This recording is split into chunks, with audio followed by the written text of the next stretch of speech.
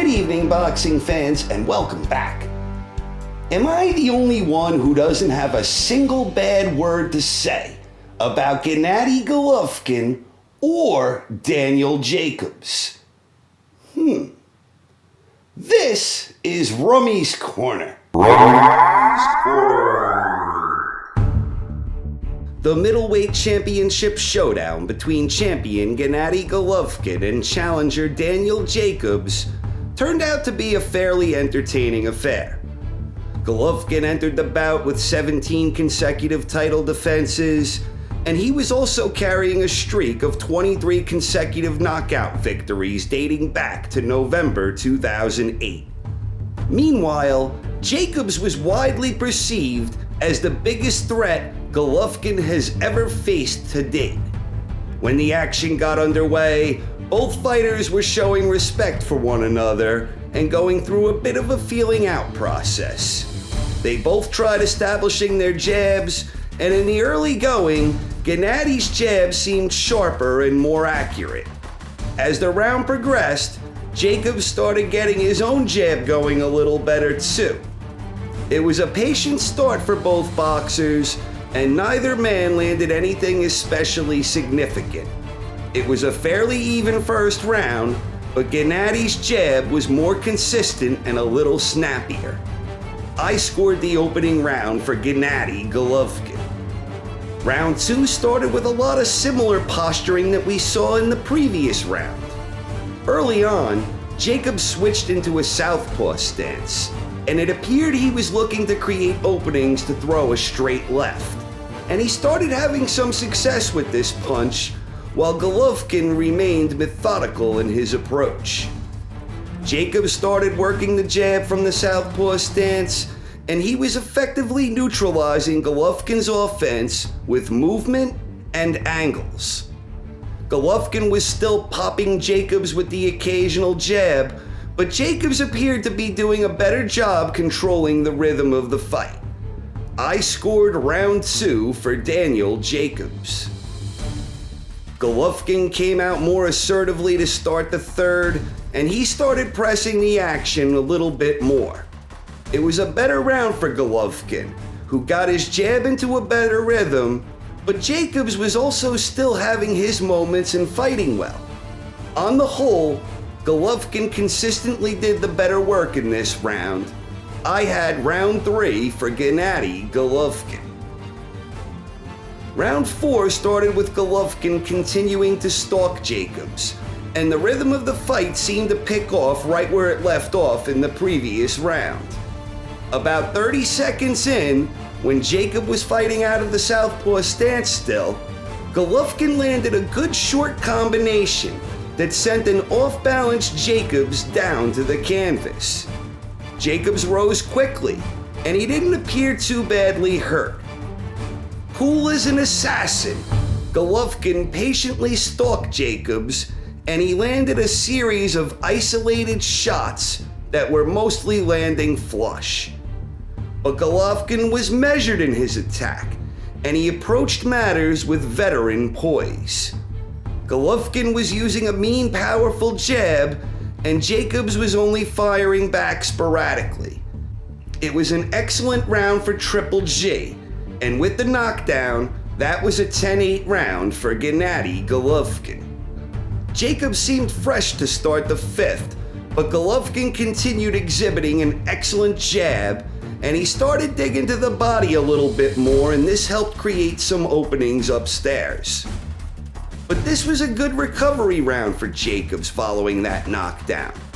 Even though he was being outworked and outboxed, Jacobs was making a good account of himself as he bided his time and started to look for openings.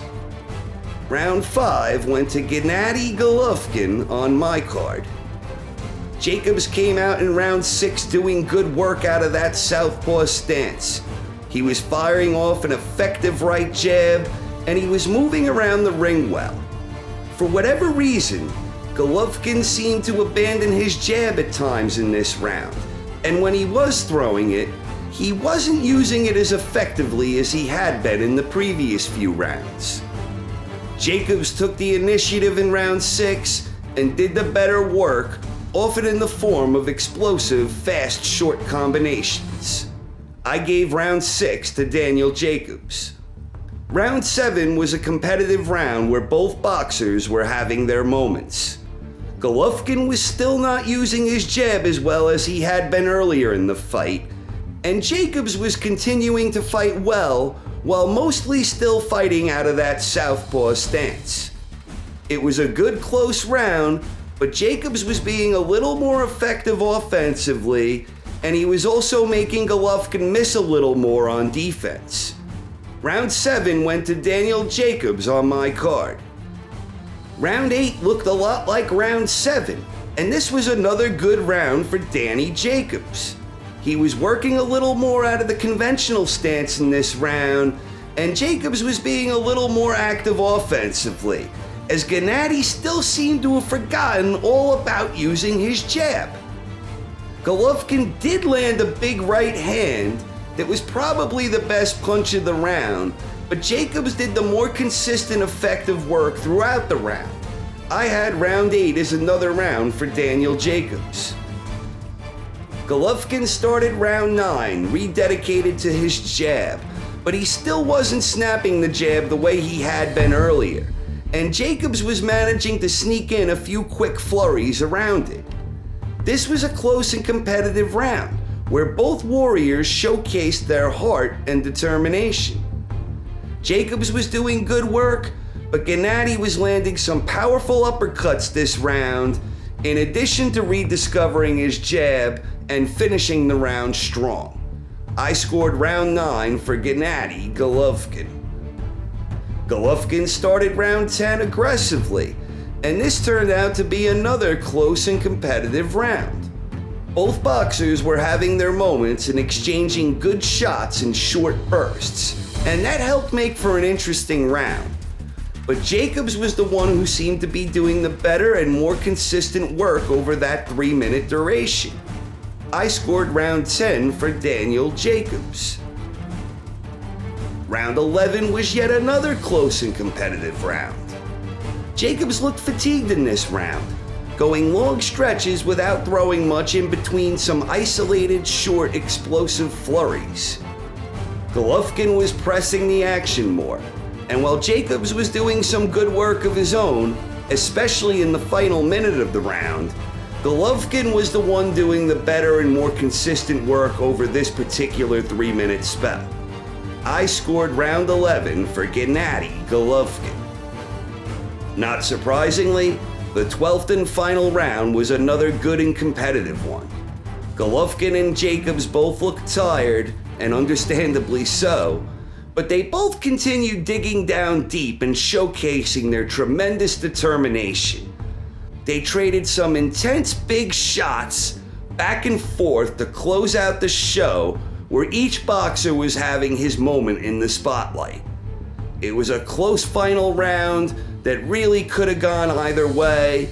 I thought Daniel Jacobs did just enough to edge it in that final round, so my final scorecard was 114 to 113 for Gennady Golovkin. I thought the official judges were in the right ballpark. 2 of them scored it 115, 112 for Golovkin, and the third judge had it 114 to 113. So Golovkin was awarded a unanimous decision. There were enough close rounds that I wouldn't have been too surprised if Jacobs got the nod. It was a great fight. I think both fighters' stock rose from this, and I, for one, would definitely welcome a rematch. This is Rummy. Thank you for tuning in. And on one final note, when you look at close fights like the one we had between Golovkin and Jacobs, or the one we had a few months back between Ward and Kovalev, where it's a close fight that could go either way, I never understand why so many fans are apt and eager to badmouth one of the fighters.